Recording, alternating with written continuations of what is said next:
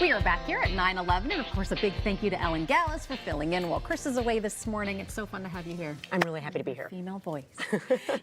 Tomorrow is Juneteenth, and it is the oldest known commemoration marking the end of slavery in the United States. Now, although the Emancipation Proclamation was issued by President Abraham Lincoln on January 1st, 1863, it wasn't until June 19th, 1865, when slaves in Texas heard. Exactly 1 year later, they gathered to celebrate. Juneteenth is now a federal holiday. And joining us is Sina Hodges, the author of From Ally to Accomplice, How to Lead as a Fierce Anti-Racist. She is here to explain the significance of Juneteenth and what you can do year-round. Sina, it's so nice to have you on. Thank you so much for having me today. I really appreciate being here. Let's start with Juneteenth and the significance of this for you. You know, it's for me, the significance is really around progress and what's possible. I think also what's interesting about Juneteenth is that it took a long time for us to get there. And the truth of it is that when you think about things like liberation, all of our liberations are tied together. So no one was free until everyone was free, right? And so Juneteenth marks when everyone who was enslaved got their freedom. What inspired you to write this book? So I was inspired to write this book because I was having a lot of conversations with clients, and I felt like they were having a lot of transformative moments. A lot of those moments were around things that they didn't know, or things that they felt like they should have learned in school, or things about other cultures that they thought that they should have been exposed to. And for me, I thought, well, if people are having these great transformations, how can I 10x myself? How can I make sure that more people are having access to this information and the way that I'm working in this book in order to be the best version of themselves? How'd you come up with the title, From Ally to Accomplice, How to Lead as a Fierce Anti-Racist? Yeah, so my program is called From Ally to Accomplice, right? So that was kind of a given. And the program is called that because of the transformation that happens, right? So people start in one place and then they transform themselves and they end up in another place inherently when they engage in the work. But I also wanted to be really clear about what I meant when I used the word accomplice, right? And so it really meant how to lead as a fierce anti-racist. Like, let's just say it so that people know what it is, so that we're not sugarcoating it and people know what it is when they pick up the book.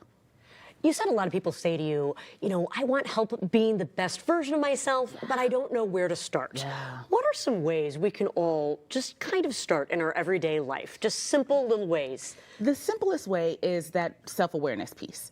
That's the one that gets us in so much trouble.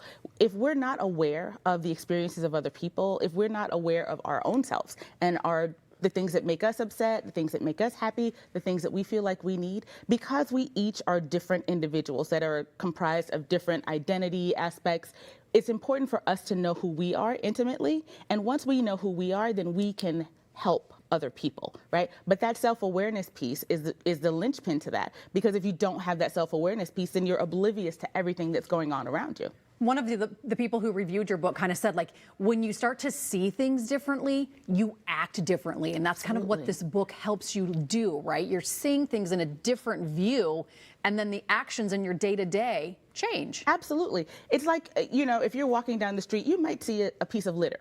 And you might not pick it up because you don't feel like it impacts you. But if you're in your house and you see some socks on the floor, you sure pick those up, right? Yep. So your level of awareness is shifted. So it's little things like that. When we learn little things and we're like, oh, I'm paying attention to this now. Oh, I have a level of awareness. I think the hardest part about this, and it's difficult to talk about, is that a lot of times our awareness comes from horrible events, right? Our awareness increased immensely after the murder of George Floyd, right? It led directly to Juneteenth becoming a federal holiday, right? But sometimes we have to learn from those things, right? It's important for people to know that people were enslaved in this country and that some of them were not free until a year later, right? That's important information. And the vestiges of that still sit with us today.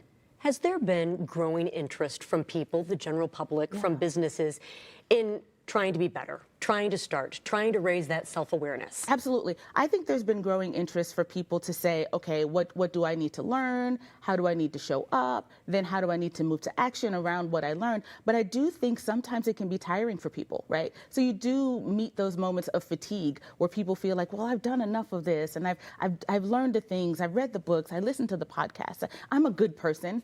But I think it's what we have to recognize is that this work is lifelong work.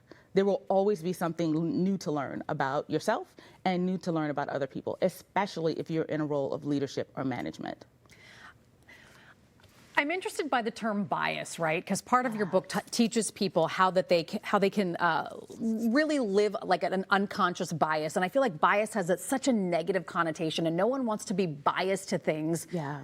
But I almost feel like you have to let that go because we all have a bias to some degree, right? So Absolutely. How do you Absolutely. get past that or be aware of it? Well, you have to just, it's self-awareness, right? And here's the thing. If I say to you, what happens at a powwow?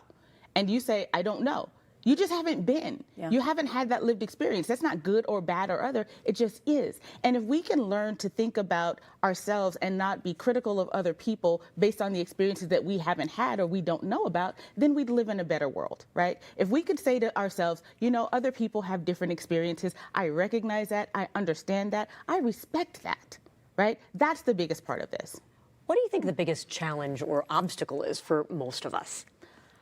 I think the biggest obstacle is that, you know, sometimes if you get to a certain age, you feel like you know it and you don't want to shift, right? And you feel like my life is fine and the privileges that I enjoy are great. And why do I necessarily have to do something different, right? And it's because it requires something different. If you're going to care about other people, if you're going to lead and manage in a way that really informs a wonderful organizational or business culture, you really have to care about those things day in, day out. And that can be exhausting. And sometimes I think the most challenging thing for people is that notion of, well, I'm 50, and why don't I know this already? I was going to say that can be like that vulnerability. You may be at an age in your life where you should know this and you don't know this, so now you don't feel comfortable asking about things. Absolutely. That can be a vulnerable place for people to be as well. Absolutely. Well, that's an important piece of why we need to make sure that history and things like Juneteenth are taught in schools. Yeah. Because I know that there are a lot of people who for 2020, that was the first time they had ever heard of Juneteenth. But I grew up knowing what that holiday was and what it meant, right? Because to me, culturally, that's very significant. And everyone around me should know that that is very significant. So if I'm in an employee situation, to ask me to labor on that day is kind of ironic, right? Yeah, for sure. Yeah.